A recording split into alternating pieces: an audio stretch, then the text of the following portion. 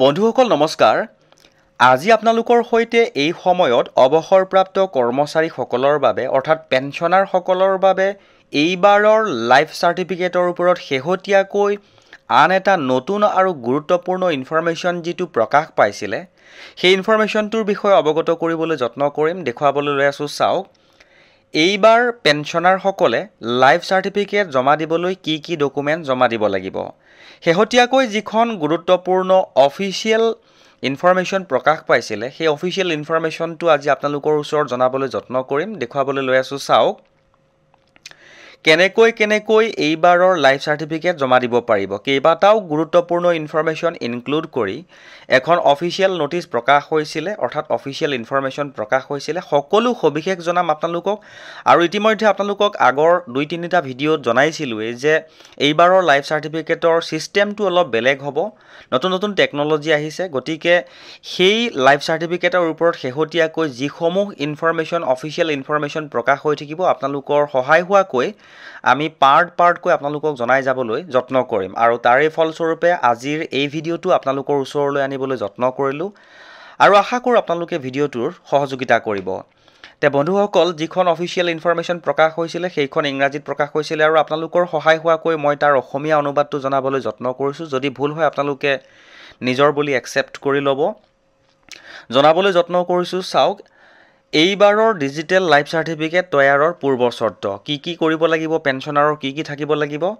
পেঞ্চনাৰৰ এটা আধাৰ নম্বৰ থাকিব লাগিব, পেঞ্চনাৰৰ এটা মোবাইল নম্বৰ থাকিব লাগিব, এক্টিভ মোবাইল নম্বৰ। মানে বহু সংখ্যক পেঞ্চনাৰৰ কি হয়, আগৰ মোবাইল নাম্বাৰটো দি থৈ দিয়ে, পাছত সেইটো ৰিচাৰ্জ নাইকিয়া হয় বা কিবা কাৰণত সেইটো ইনএক্টিভ হৈ যায়। গতিকে এটা এক্টিভ মোবাইল নাম্বাৰ থাকিব লাগিব বুলি উল্লেখ কৰিছে।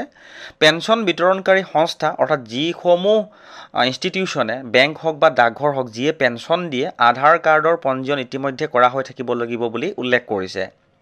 তাৰ পাছত বায়'মেট্ৰিক ডিভাইচ, সমৰ্থিত ডিভাইচৰ তালিকা জীৱন প্ৰমাণ পৰ্টেলত দিয়া হৈছে। মানে বায়'মেট্ৰিক ডিভাইচটো আপোনালোকৰ নিজৰ নাথাকিলেও সেইটো বেংকত থাকিবই, গতিকে চিন্তা কৰিব নালাগে।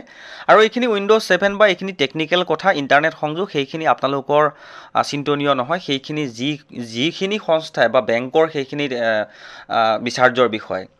এতিয়া কথা হ'ল, চাওক, ডিজিটেল লাইফ চাৰ্টিফিকেট তৈয়াৰ ক'ত আৰু কেনেকৈ। ইয়াতে উল্লেখ কৰিছে যে পেঞ্চনাৰে নিজে ডিজিটেল লাইফ চাৰ্টিফিকেট তৈয়াৰ কৰিব পাৰে বা আনক তেওঁলোকৰ বাবে কৰিবলৈ দিব পাৰে। কাৰণ এইবাৰৰ ছিষ্টেমটো সম্পূৰ্ণ ডিজিটেল, গতিকে নিজেও কৰিব পাৰিব বুলি উল্লেখ কৰিছে। পেঞ্চনাৰে তলত উল্লেখিত ঠাইত পঞ্জীয়ন কৰি জীৱন প্ৰমাণ বা ডিজিটেল লাইফ চাৰ্টিফিকেট তৈয়াৰ কৰিব পাৰিব। পেঞ্চনাৰে জীৱন প্ৰমাণ এপ্লিকেশ্যন ডাউনলোড কৰিলে নিজে DLC তৈয়াৰ কৰিব পাৰিব। আৰু এইখিনিতে আপোনালোকক জনাবলৈ বিচাৰোঁ যে মোবাইলতে এটা এপছ আছে, সেইটো হ'ল জীৱন প্ৰমাণ বুলি।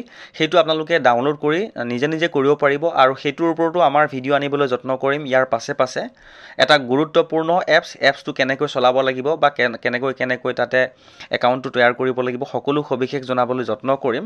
আৰু তাৰ পাছত সেই তাতে কৰিব পাৰিব বুলি উল্লেখ কৰিছে। বা নাইবা পেঞ্চনাৰে নিকটৰ যিকোনো কেন্দ্ৰ, ডিজিটেল সেৱাৰ সুবিধা থকা, যেনে নাগৰিক সেৱা কেন্দ্ৰ, CSC, DLC তৈয়াৰৰ বাবে নিৰ্দিষ্ট চৰকাৰী কাৰ্যালয়, বেংকলৈ গৈ তেওঁলোকৰ সেৱা ব্যৱহাৰ কৰি অনলাইনত পঞ্জীয়ন কৰিব পাৰে। বেংকলৈ গৈও কৰিব পাৰিব বুলি উল্লেখ কৰিছে। মানে এইবাৰ আপোনালোকৰ সুবিধা যথেষ্ট কৰি দিয়া হৈছে, যিহেতু টেকন'লজি ইনক্লুড কৰা হৈছে। গতিকে নতুন সুবিধা আহিছে, বেংকত গৈ কৰিব পাৰিব বুলি কৈছে। বিশেষকৈ যিসকলে এই লাইফ চাৰ্টিফিকেট জমা কৰিব তেওঁলোকে এটা মন কৰিব যে একদম ইম্পৰ্টেণ্ট কথাটো হ'ল তেওঁলোকৰ যিটো মোবাইল নাম্বাৰ সেইটো কিন্তু ইনএক্টিভ কৰি নাৰাখিব, কাৰণ তাতে যথেষ্ট ইনফৰমেশ্যন আহি থাকিব। গতিকে SMS হওক বা বিভিন্ন ইনফৰমেশ্যন আহি থাকিব, গতিকে সেই মোবাইল নাম্বাৰটো আপোনালোকে এক্টিভ কৰি ৰাখিব। এটা গুৰুত্বপূৰ্ণ ইনফৰমেশ্যন পোৱাৰ লগে লগে আপোনালোকৰ সৈতে শ্বেয়াৰ কৰি দিলোঁ। আৰু যদি ইনফৰমেশ্যনটো ভাল লাগিছে তেনেহ'লে চেনেলটো ছাবস্ক্ৰাইব কৰিবলৈ অনুৰোধ জনালোঁ।